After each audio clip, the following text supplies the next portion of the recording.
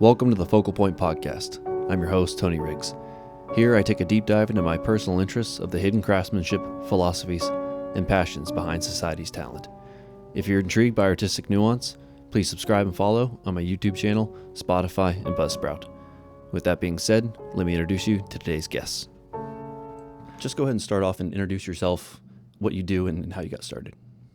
Sure. Well, thank you for having me. I'm excited to be here and chat with you a little bit today on this rainy Saturday. My name's Allyson West. I'm a filmmaker. I'm a producer, a director. I founded and run the Cindependent Film Festival, and the festival itself stretches out over the course of the whole year. We actually have a lot of ancillary programming from the festival, including ongoing monthly film screenings, Cinda Next, our high school film program, and lots of education and social events for film lovers in the community. Now, it's based in Cincinnati, but how far do you think that the range of the region you have influence over where people come from to, take part in that? Well, in terms of our attendees, we have people who travel from Chicago to come and participate in the festival. And then I think if we're going south, we probably make it into Kentucky, but I don't think much further down from there. So, in terms of film lovers, we regionally are kind of like in terms of a map. For our artists, though, we reach artists internationally. We've had filmmakers from Russia, India, Canada, Mexico, the UK come and visit Cincinnati for our festival. And then across the United States, we routinely bring in probably over 100 national filmmakers for the festival itself. This last this last run for the festival was the eighth year? Well, let's see. No. This last festival was our fifth festival edition, but our nonprofit was founded in 2017. We, of course, during COVID, even though we have an annual film festival, we had 3 years off. So we didn't have a festival in 2020, 21, and 22. And then 2023 was our first festival year back. We did other programming during that time. We did Reels on Wheels, which was the mobile cinema that's now currently an exhibit at the Contemporary Arts Center. And then we piloted virtual film programming as well, Cindependent and Chill, which we don't currently do, but I'm sure it will come back at the appropriate time. Yeah, COVID threw a wrench into the works for a lot of the creative industry, almost entirely, I think. Even I think studios, for every human we had currently, there was a huge wrench there. Unless you're a DoorDash driver, I know, and I say that because I did do DoorDash. Or a grocery store retailer. Yep, exactly. But to start off, I got familiar with this last festival. Was actually my first year attending. And I was invited by, I think, one of, not just one of the organizers who helped, but I think also a coworker of yours who works. I don't remember the name, but you don't remember who invited you? I met the gentleman once, and I think this was actually a week before the festival started happening. So, and he's a very nice individual, extroverted, a bit of a chatty Cathy, but he works. What's he look like? Anthony, you can't bring up a mutual connection and know nothing about him. I met him once. It was like I don't know, maybe a few weeks before the festival. But he works in the Kroger marketing division. And when I attended, I also met another mutual acquaintance, but I'm not sure how familiar with her, which was Azalea. Azalea is great. Yeah, she's quite on point. She's quite on point. She seems to be the sort of person that when she's focused on something, that is the only thing that she's thinking about. Well, I don't know Azalea in broad strokes, but I do know that she is like just an awesome person and has a lot of really great ideas. Mm-hmm. But yeah, I got familiar with the festival through that because the gentleman who is the mutual contact, which I ashamedly do not remember the name of, so you'll have to pardon me for that one. He was at my screenwriters group for one night, and cool. He attended that just to help us read through some dialogue because he's an actor as well. And yeah, when I joined, and I came for I think the last day of the festival, it's when I was able to make it.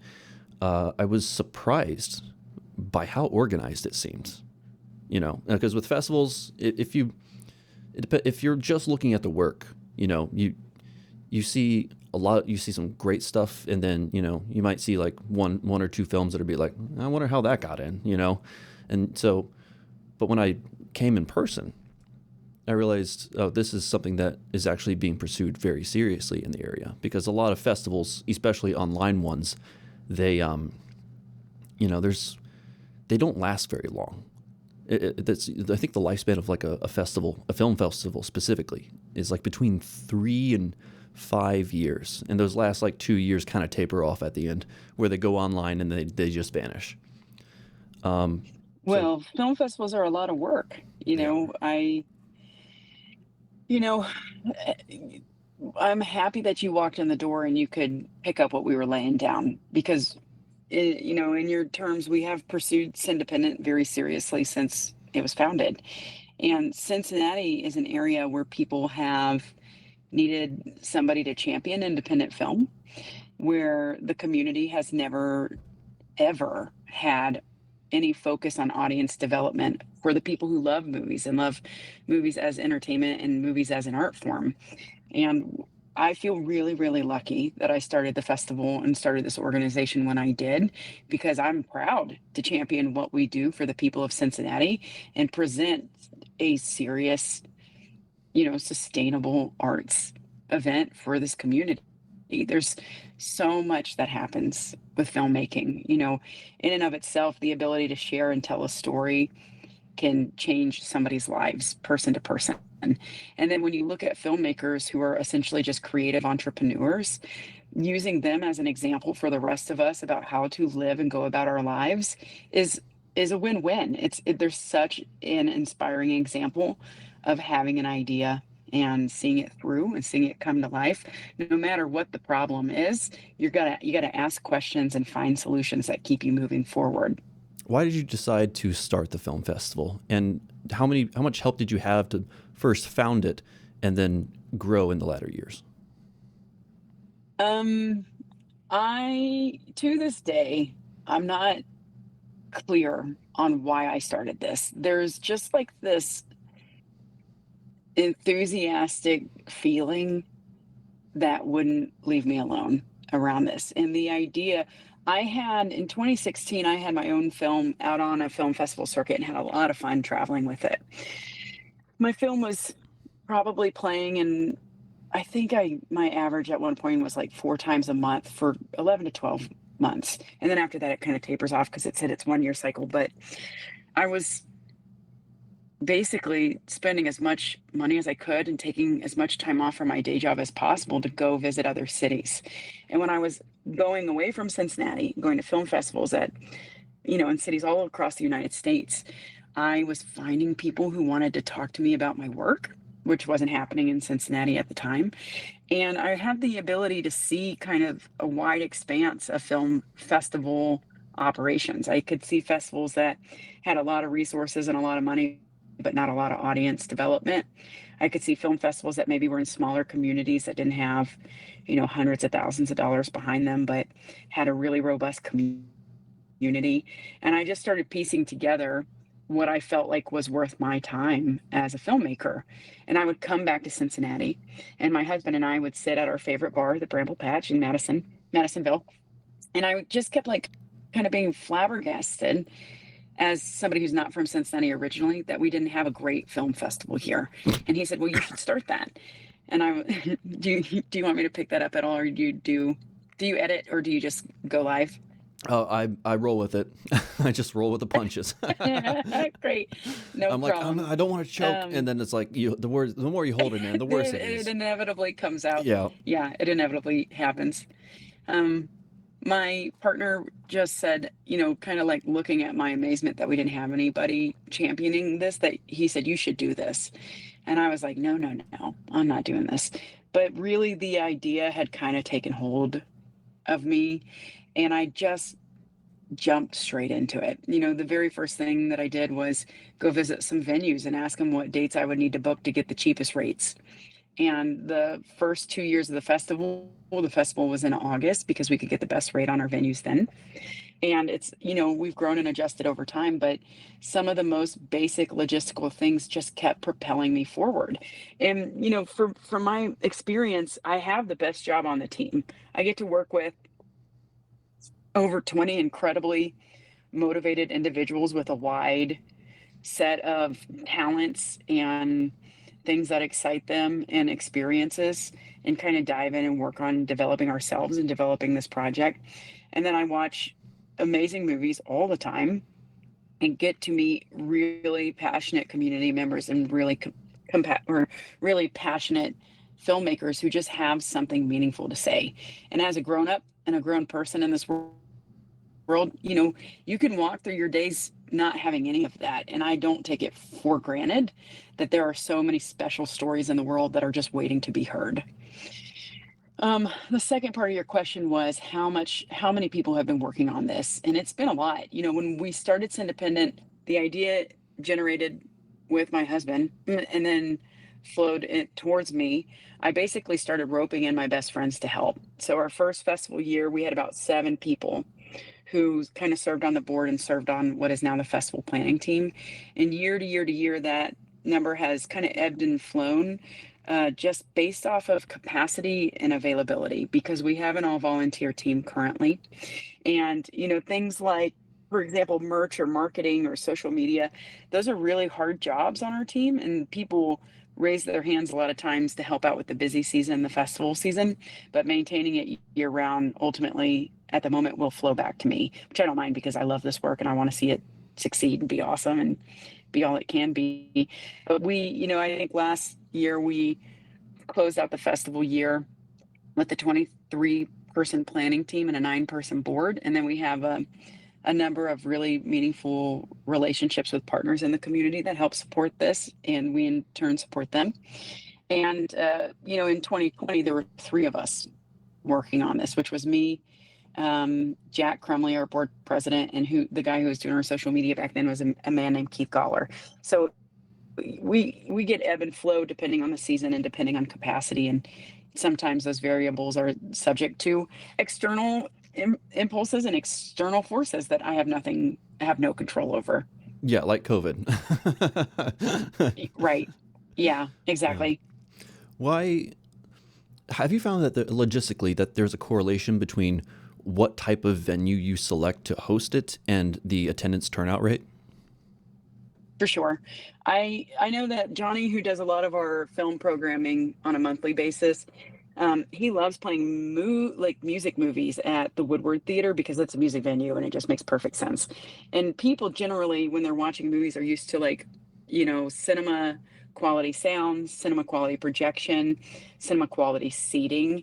And we can't always provide that. A lot of our theaters in Cincinnati are not kind of in big presentable shape, but at the festival itself, that venue is so gorgeous and so historic and really captures some incredibly unique things about Cincinnati that we love using Memorial Hall as the festival home, because these artists who are coming to play their movies there get to put their movies in a big historic theater. It's meaningful for them to be included in a building that's as gorgeous as Memorial Hall is, and it lends a sense of credibility to our art and our organization that we can platform these stories at such an elevated level. Yeah, no, that building is absolutely stunning. It's one of the few buildings, Gorgeous. I think, that have survived in Cincinnati, before the industrialization of it. Because in Cincinnati, we used to have this really amazing library, but it got torn down. And it was one of the most gorgeous buildings. You can go back and look at the pictures of it. But I think the reason why they tore that down was because, it was built before electricity came about, and there wasn't a great way to install air conditioning without also causing a fire hazard. Oh, great. Yeah, so it's a tragedy almost. But Memorial Hall, I definitely felt that when I walked in. I'm like, oh shoot. It adds, yeah. I don't know what kind of unconscious thing it does to the human brain when you walk in to a building like that for an event, and did you see a growth spike in attendance when you specifically selected that building? Um, we have seen growth over the last 3 years, and I don't necessarily think it's tied to the building. I think that we have strategically utilized that venue to get some exposure in the right ways, but I do think we would have seen continuous growth 23, 24, and 25 from a combination of other elements alone. The fact that we've been around now for as long as we have has its own level of seriousness to it that we're just now starting to reap the benefits of. And I think that the venue is a really good way for me to communicate, again, kind of the level that we're playing on to folks who don't know what they're getting into yet. Mm. Last year, I spoke with this gentleman. His name is Johnny Catalano, who started his own film festival up in Dayton. And I think it's coming in on, like, I don't know, year 2 or 3 or something like that, or 3 or 4. I think Catalano, let me look it up real quick. Yeah. Because I don't think it's 4, but I could be wrong about that. I feel like 3 might be the number. Catalina, not Catalini. No, Catalano. How do you even spell that? Lano Film Festival, I think it's spelled Dayton. how it sounds. Miamisburg. Yeah, it's up in Let's see. Miamisburg. Oh, that's Facebook. I can't even log into Facebook. I'm listening though while I look this up. I spoke with him, Johnny Catalano, who started his own film festival, which is about 45 minutes more north, give or take, of where you host your festival at last year. And the big hot button topic going around in Cincinnati was that we were potentially being selected for Sundance, which Right. didn't pan out.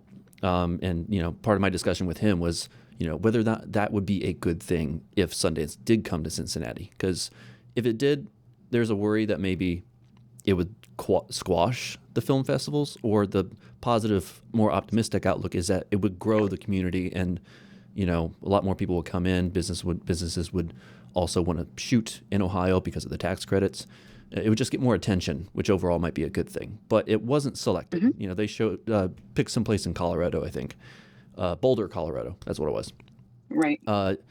Do you think ultimately that was for the best, or are you glad, as somebody who owns a film festival, that that giant competition didn't potentially come in and wipe out the good groundwork that's been going on for like the last 10 years? Yeah. And I did see that Catalano Film Festival was founded in 2023, so that they just probably had their 3rd year. I want to clarify as well that I don't own Cindependent. Cindependent is a nonprofit that belongs to our board and belongs to the community, really, that we're in service to the community. Just as a founder, it's a specific difference, but I don't really, it's illegal for me to have a lot of ownership or any gain from a nonprofit, and that's totally fine. Sundance would have been good for everybody. It truly would have been good for everybody. I believe that the environment that independent film sits in Cincinnati is a lack of awareness. There's a lot of awareness around the ballet. There's a lot of awareness around physical media art, things that are paintings or sculptures. There's a lot of awareness around theater and Broadway shows that come through, but independent film hasn't achieved that level of awareness, deep saturation. Cindependent, the groundwork that we lay is a lot of what would be considered kind of cross medium work. We go and do events with the Reds. We do events with the Zoo. We do events with the Contemporary Art Center. We do a lot of deep saturation of the community to cross over our medium into other forms that people are more familiar with. But if Sundance had arrived, everybody would have been familiar with independent film right away. And the thing about Sundance is that it's essentially a large corporation that would have provided jobs, infrastructure, awareness, and funding in a medium that I'm really, really passionate about. The brand likely could have sucked up a lot of air in the room in terms of what the ecosystem wanted to support. But I think that it's the type of thing where Cindependent would have benefited enormously from having a big sister or a rich auntie in the room, where we likely would have seen quite a massive jump in filmmaker submissions. People would want to come to Cincinnati one way or another because Sundance was here, and that we likely would have reaped the rewards of that for a long time. The what I do think we would have lost is the ability to kind of call our own shots. When there is a boss in the room, you have to tailor to what the boss wants. And Sundance would provide so many resources for this community and so many resources for the industry in this region that we would have been happy to work with them in ways that they deemed appropriate. Without them, we can fly our own freak flag. And, the work and the vision that I have for Cindependent and the growth of it can continue unencumbered.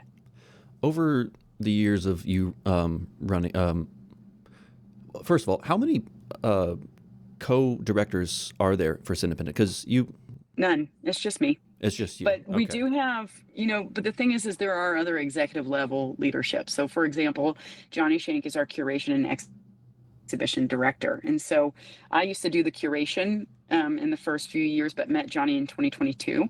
And when the 2023 festival was coming back, I worked with him to review the processes that I had had in place and improve them. And now Johnny has taken what I would consider nearly full ownership of our curation process and does an insanely good job of it. The best programming we've ever had, because we have probably 40 people outside of the planning team who are on the adjudication team, who deeply review and consider all of the work, films, and screenplays that come to us. Do you think that you've noticed genuine growth in the community from you, in the creative community from you, Yes. becoming a part of it? Or do you think that it's more Yep. just revealing who has been here for a while and they're coming out of the woodwork? I think it's both. When I was like making films back in 2015, 2016, I couldn't get anybody to help me share resources or connect me to other artists or filmmakers. And Cindependent has consistently done that for a long time. I'm hopeful that we've been a really good example of what professional level work and film organization can look like here in Cincinnati. Our output is insane. We put on so many events. I'm just hopeful that the stirring of these events and the way that we organize them are positive examples for the community of what can be. And other things like Outreel Cincinnati has been hosting a film festival in Cincinnati for much longer than we have. They just celebrated their 13th year. And it's, in some ways, it's just such a relief to have peers who do the same things, where I can talk to David Wolf and ask questions of him and vice versa, and we can support each other along the way. It's independent also, at some years it makes sense for us to like buy certain pieces of equipment instead of rent them. And anything that we obtain, I frequently am lending out and renting to our peers so that they can develop events and programs the way that they envision it and have resources to support what they want to see come forward. But yes, I do think that Cindependent's consistency has had a direct impact on the rise in film in Cincinnati, hands down. Yeah. I think it's fun that we make it look easy. I mean, that is fair. That is fair. Because when I spoke with Johnny, he was the first person I spoke to who is actively, trying to build and run a film festival, and the logistics that go into it, not just for the actual event, but also the marketing of it, to get people through the door. It's a monolith. Like I couldn't imagine, because especially as a filmmaker, filmmaking is the most expensive art form. And that alone, just to be able to, even if the project doesn't work out and it's terrible and if the art is just like nobody relates to it, even accomplishing it, any project is a feat in and of itself just because of the logistics of it. And then you take that and you apply it to a curation event to be able to bring all those projects in. It's another level. And so my next question for you would be, what's the most difficult part for Cindependent when it came to organizing the event that has given you the biggest lessons that you've learned from? Time, just time management. That's, I have a full-time job and two small children, and then manage a 23-person festival team, and everybody has their own individual schedules.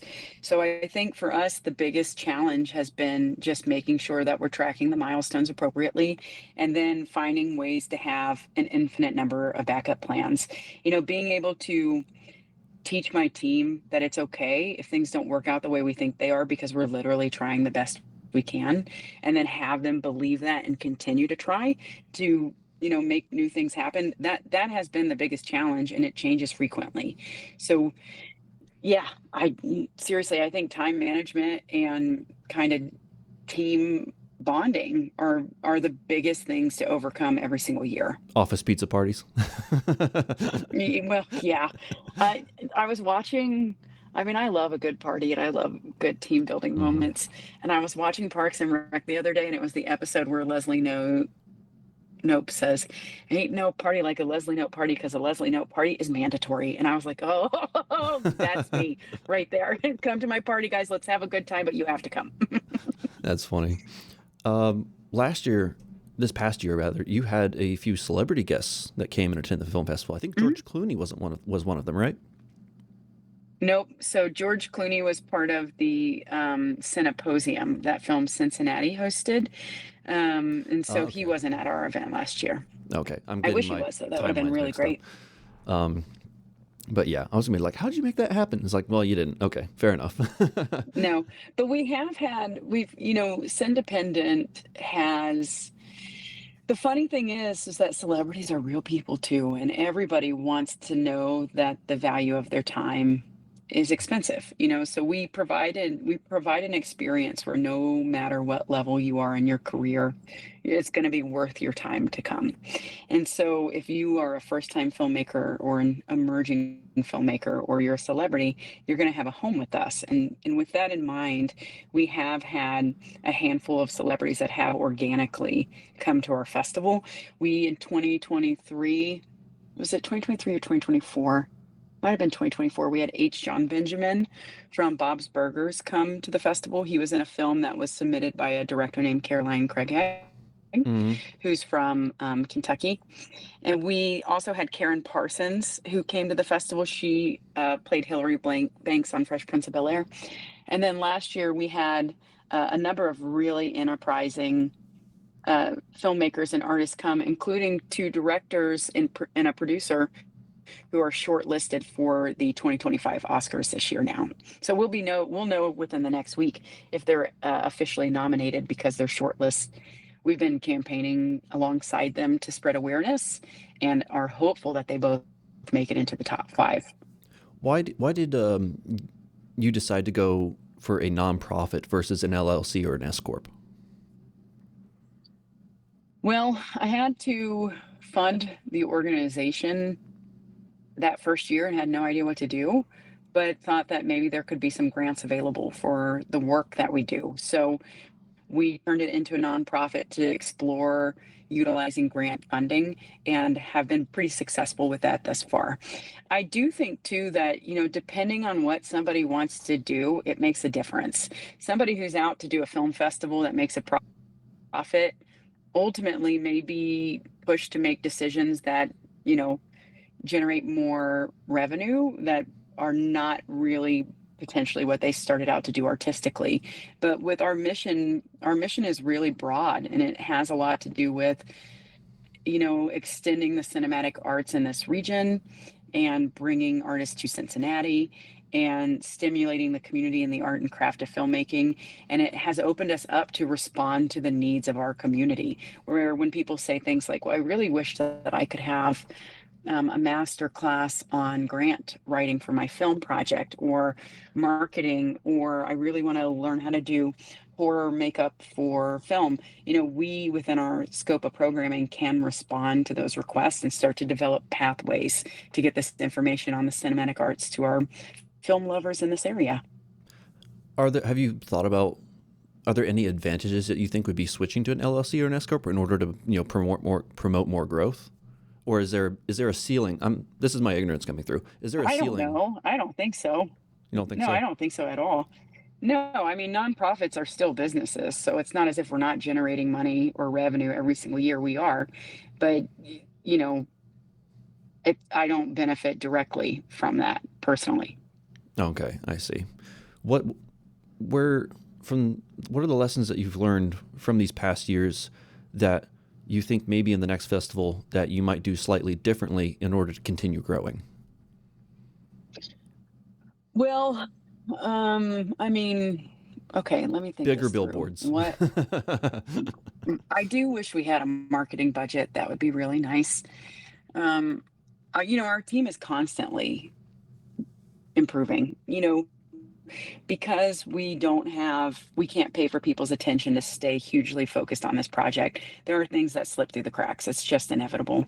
And so, kind of, I really feel like the thing that always allows our team to improve the festival experience is our ability to stay organized. And in the last few years, having more roles and more resources and more support on the team has freed me up to think about that and then provide a little bit more support for the team that's doing so much of the work. So I feel like one of the big learnings is to not skimp on the meetings, not skimp on the cadence, not skimp on the conversations. And for me personally, there's a lot of times where, because everybody's working in off hours, I had to just accept the fact that, people who are texting me, sometimes I wake up and I'll have 7 text messages from different team members who all need different things. And it's because they finally have found the time in their schedule to work on the project. And so I try to acknowledge and honor and respect that and respond back without grumbling, because they need me too. We're a team. We have to work together. And I think that our growth is really about, we've got a lot of goodwill in the community. And I think that people love new exciting ideas, and so for us, keeping innovation first and foremost is always really important with what we do. Well, you yourself also being a filmmaker, right? How has that influenced the way you go about building your, not just the organization, but also the festival itself when it comes to giving creatives a place to be able to actually, display their work? Like, how does your personal creativity influence the way that you want other creatives to be affected? Well, from the festival's perspective, like, my creative output is kind of like, things got to look really dialed in.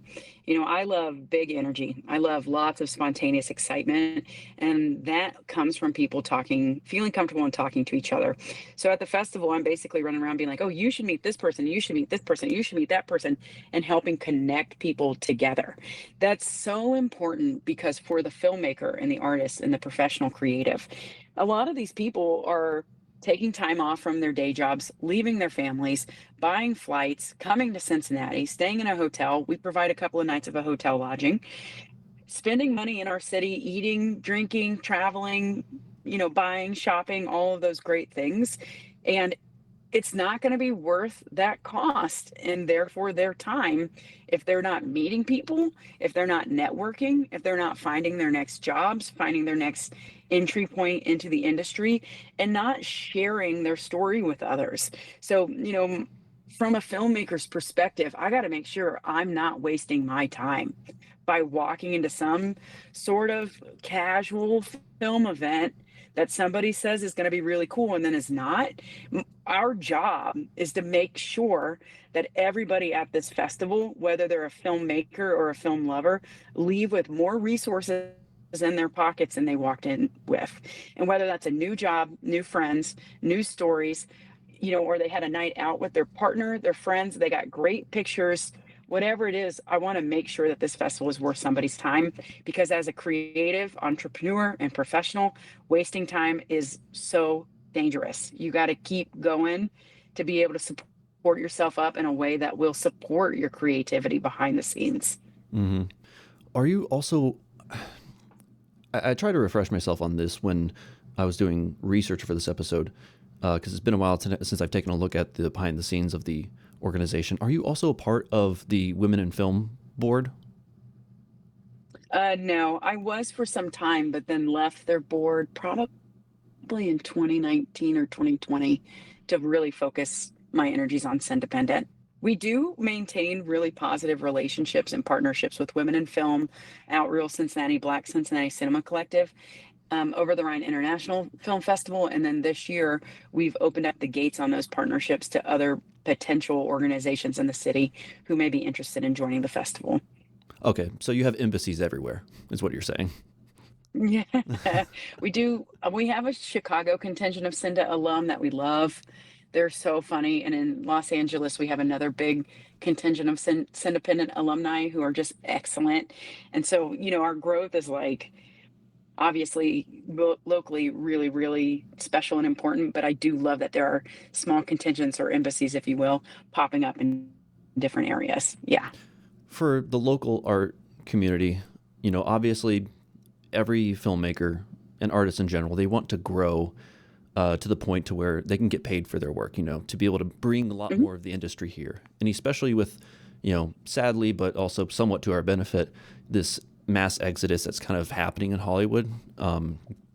It seems like a lot of the Midwest has been getting a lot of that business that's getting moved here. A lot of companies have started shooting and setting up studios in Atlanta, a little bit in Nashville, and even in Ohio, we're starting to see productions come to our area. Like most recently, most famously, Superman filming in Mhm. Cleveland, as well as at our downtown not abandoned, but refurbished train station that they use for the Justice League headquarters.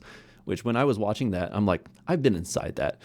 So as a local, I'm watching that movie, and it had a different impact because I've been inside that building that they shot in, and I've never experienced that Yeah. before. Have you seen the new Superman? Curiously. Mhm. Yep.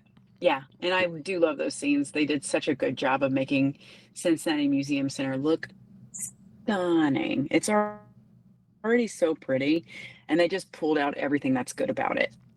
What what else do you think, based on the time you've spent interacting with Cincinnati's creative community and a lot of people, who come to it to be able to take part in your festival, what is it that you think business wise, maybe not even just Cincinnati, but Ohio in general, needs to be able to attract more productions coming here?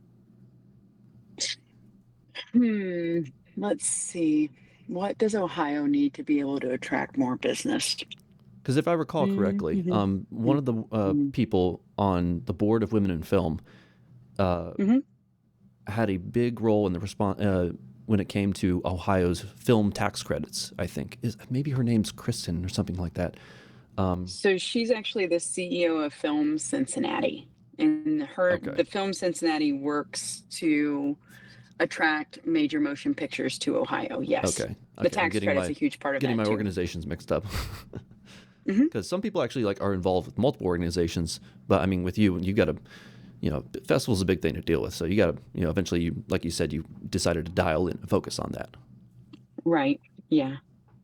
Well, I think that, there's so much nuance for filmmaking um, at a major motion picture studios level that, in order to get more people filming in Ohio, likely we need more stories and directors and producers that are really tied to the area, is what I think ultimately would push productions here. A lot of those decisions are made off of budgets. A lot of the money is made off of budgets. What can you get where? Where's a good deal? I know that we're shooting in New York. Could we shoot it in Cincinnati and save a bunch of money? I know that we're shooting in Georgia. Could we, it just, there's a lot of like just money decisions that have to be made at major motion picture studios levels. For like smaller production studios that may be cranking out, spec stories or things that they want to sell to the industry, I think we're in a very challenging time right now professionally for people to sell their services For sure. as filmmakers and storytellers and even marketing in a lot of ways. When budgets really tighten up in a corporate world, marketing and advertising sometimes are the first things to go. And so I think that that's where a lot of storytellers and, artistic stories end up falling and getting cut. But I really think that for somebody who's interested in making and producing a series or a story, or, you know, maybe it's a short maybe it's a feature, maybe it's an episodic series, that one of the things people use as a deterrent is resources. And half of the time, your story or your idea can still succeed if you adjust the resources that are right in front of you. And so, looking around in your community and seeing what's available to you to write, produce, shoot, utilize, edit, what do you got to do to get the project done, is probably the question that people should start with, and not what the pie in the sky idea is. Maybe that's what fuels it, but kind of looking around and determining what is actually realistic given that idea is really important to just take the next step forward. Was there a year that, you're looking at, maybe this is around year 2 or 3, I would anticipate this thought process to start happening, especially with COVID. Was there a year you thought maybe this might not be worth it? And why did you decide to continue on? Well, I will share, last year was a huge growth year for our organization. 2025 was a huge growth year. We added in Cinda Next, we added in Snowtime Cinema, we added in Hollywood High Life. The festival had some advancements and elements to it that just made it a lot bigger. The red carpet was more built out finally, you know, and on top of all of this, and on top of like my day job and being a mother, I lost my dad last December 2023. And having an entire year that also had like this cloak of grief around it made the personal time that I put into this a lot more precious. And there were times in the last year where I was working so hard and sacrificing the space that I needed for my mental and emotional well being, that I was really put into the position of seeing that something had to give, that I needed a little bit more personally. And I just openly shared that with our team and with our friends. And the response was a lot of support from our team, people who would help me with things that historically were only done by me, or stepped up into their roles and took on the confidence to make decisions that, of course, we're always collaborating, but kind of make the decision and present it and run with it. And that kind of support, I would say, bought me time in a very stressful year to be able to build a little bit more boundaries for myself while I needed it. Overall, though, I like people and I love stories and I love fun stuff. And the amount of people that I get to talk to, the amount of stories that I get to see and share, like there is nothing better in life. And Cindependent is the thing that I will do until I can't do it anymore physically, mentally. And I don't know, like I do this all the time because I love it. And it's very exciting. How do we get more people involved? How do we get to meet more of the community? Those are questions that will never be solved, because I think it's wonderful to find the scope of human existence and harness it for a wonderful weekend that's worth it for all involved. Well, I mean, Cindependent is clearly your baby. And as artists, when they have their baby, they tend to mother it and take care of it to make it grow as humanly possible. But before that, like you said, you are a filmmaker. So I'm curious about how this organization has inversely affected your own sense of personal creativity. Let's see. I do put a lot of my creative energy currently into the festival and then into my human children, who are 5 and 7. They're super fun. But I think that, I work as a producer and a director full time. And being able to see the way other people storytell so much influences decisions I make in pre-production and production on set, even in the edit, honestly. So I think too that if I don't have like an active personal creative project and I'm working on commercials, all of this work that I see from other artists all the time fuels how I approach that work. So I'm constantly using these inspirations and laying them into what I think an individual project, commercial, video, etc. might need, and practicing really what feels like technical skills or techniques that ultimately will translate into a larger creative project when I'm ready. Are there any commonalities that you see in films that have been in your film festival that make them the sort of films that can win awards? What kind of awards are you talking about? Um, just pick one, like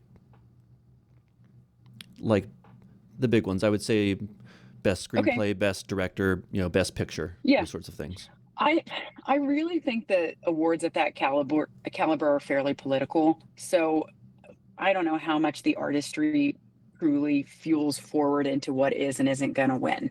I think that they're logistical and political wins for the most part. But at Cindependent, In what way, what curiously? we well, I think that like for example, films that are better networked within the industry, have better advocates or larger names tied to them, have more resources and more money, are going to be able to kind of punch through like the noise and visibility, and they just have a better chance. At times too, the way that Academy folks approach their reviews and then vote is something that needs to be taken into consideration if somebody is really building an Oscar run or a major award run. Like there's a lot of strategy that's involved in that is nearly fully separate from the artistry itself. Mm. Do you think that? I mean, there's pros and cons, obviously, to everything, and once art gets up to a certain level of recognition on a societal level, then there's like you were referring to indirectly, there's other elements that have nothing to do with the art that affect the outcome in ways that the artist has no control over. Um, it ends up being kind of like you're making a deal with the devil in a way, but it's pragmatic. You might want to. Okay, the real thing that I want to get trying to get at with this question that I'm having trouble formulating is that there are people, when they make their projects, they want their project obviously to get to that level of recognition, which can affect the way that they go about creating their project. Sometimes it's for the better, sometimes Okay. it's for the worst. And Yep. that dichotomy is sometimes that dichotomy when it comes to creating your project to be able to go to that level, sometimes it suffers and sometimes it doesn't. Sometimes it's better for it. Where do you think that balance is struck for the artists creating their project? I'm going to assume that we're working with emerging artists and not professional Yes. media folks. I have never met anybody who set out to make a movie with the goal being, I'm going to win a major award and been successful at it. People whose artistry remains intact are people who are doing it for the love of it. And then life is long and things work out certain ways. And you end up meeting people who support your journey, and the next project becomes the big one, or the one after that becomes the big one, so forth and whatnot.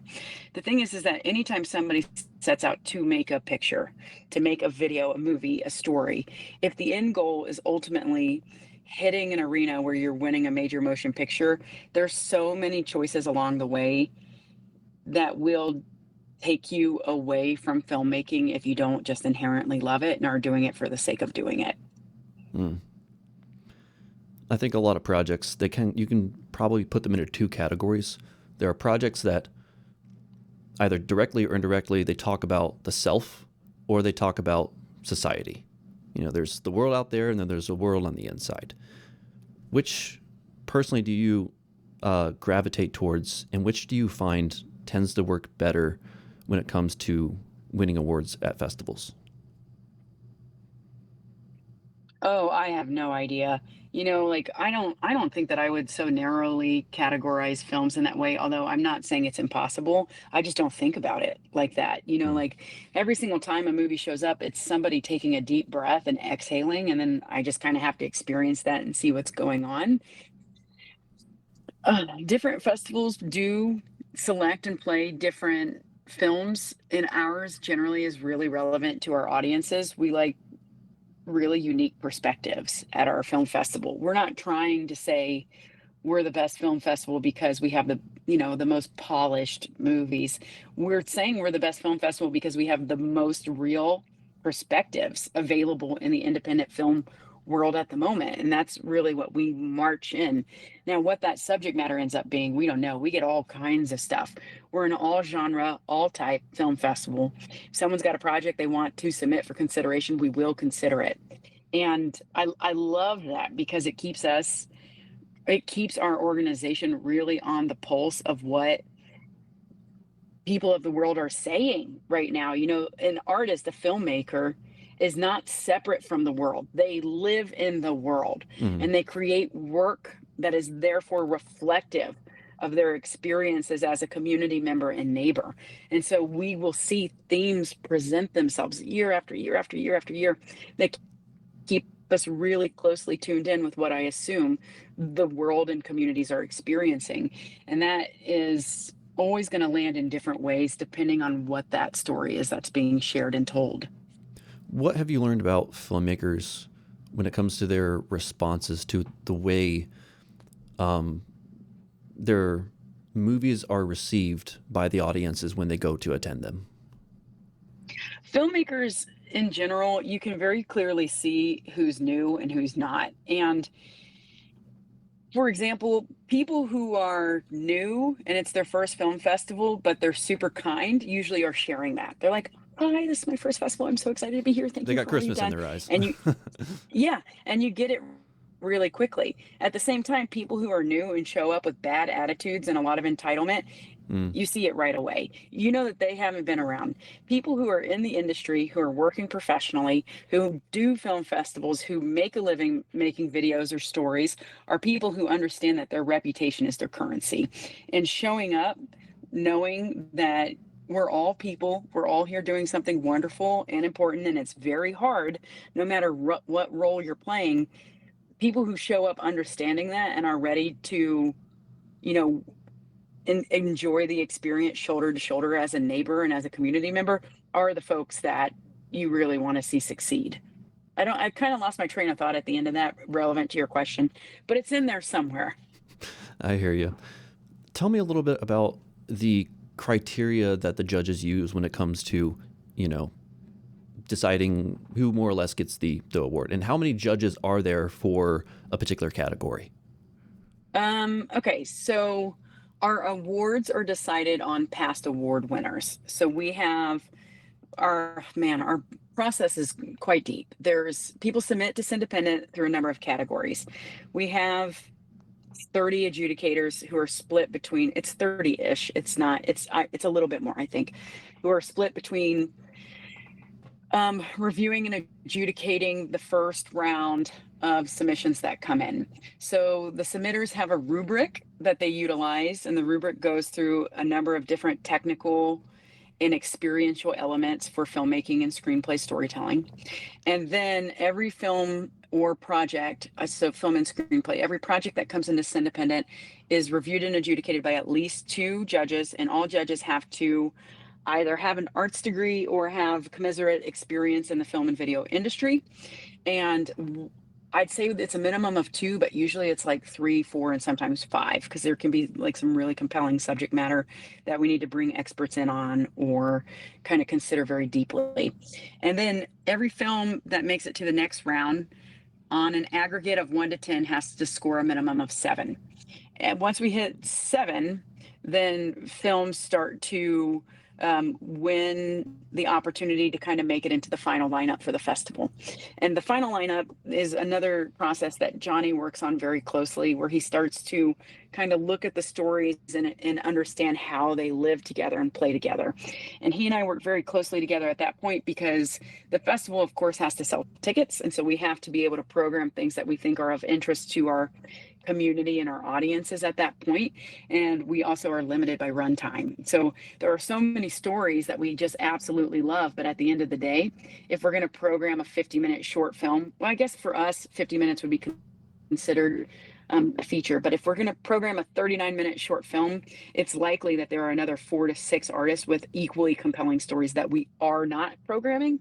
Right. And so we really look closely at run times, messaging, how things relate, where they're going to fit on the schedule, and where they go at that point. Once things make it into the festival, then they are open for consideration for our awards. and we pull in relevant judges to the subject matter or the award type, and maintain what we call internally Cindependent Academy, which are people who are past award winners who then review and select the winners of the current year. Oh, sweet. So you got like your own little Illuminati going on. Yeah, it's a lot. It's a lot. But people, how else do you validate this stuff? One person can't speak for the breadth of human existence, and anybody who True. thinks they can needs to go take a walk around the block. You go touch some In the grass. yeah, in the beginning of Cindependent, I did do a lot of that because we were growing and I was the one who was doing it, but I was smart enough to understand quickly that we speak for the community. We speak for the community at every different level that it's available to us. And building processes and structure that reflects that, provides outcomes that reflect that, are really important. Hmm. What's your relationship to other film festivals in the local area when it comes to like collaborating? Because I know there's Winter Film, which is a popular Mhm. local festival, and I've talked to a number of people on the show who are a part of that, and behind the scenes, I've spoken with them about growth strategies, or other potentially strategies to amend the way that they currently run the film festival in order to make it better. And what I found is that there's this give and take situation where if we try something new, then it could work, it could not work. Or if we just keep doing it, maybe we do have the right formula and we just need to keep doing it and let time take care of it. Where Mhm. do you think with Cindependent Film Festival you're at when it comes to growth? When you want to try, sometimes you might want to try something new to see if it's better, or if you just want to see if time validates that you're doing the best thing for the festival. We have a lot more things to validate if we're doing things well, and it's usually surveys and audience feedback. And are Mm. we selling any tickets? We run Independent like a business, and generally, I don't. If we're if our we do learn year after year after year things that work, things that don't work, but we started with a really good structure and have just continued to refine it over time. Generally, we have a very positive relationship with other film organizations in the city. And whether they're doing film exhibitions, film events, film activities, or film festivals is up for debate. It's actually a wide range. And in Cincinnati, I find that a lot of people say they're doing a film festival when they're really not. It might be a film experience or a film event or activity. Mm. But in general, I think that the more we have to support others, the better. If we could provide, again, marketing support or, tangible physical activities or relationships or resources to help others achieve their goals, then all the better. What we need to do is sell more tickets. And we will do that again by staying consistent and adjusting to what our audience is telling us they need. Hmm. Do you have a specific moment or a memory during the film festival, and finally all the pieces are lining up and the show is actually happening? Now things are running. Do you have a specific moment or memory where you just have that beat? You look at it, you look at the audience, and you realize, wow, this was worth it. Well, every day of my life, I think that, like I go to bed at night I need to just live like that. grateful. That sounds amazing. I I don't think that there's hardly ever any time where I'm like, I can't anymore, unless, as mentioned, there's like some external personal, mental, and emotional stuff going on.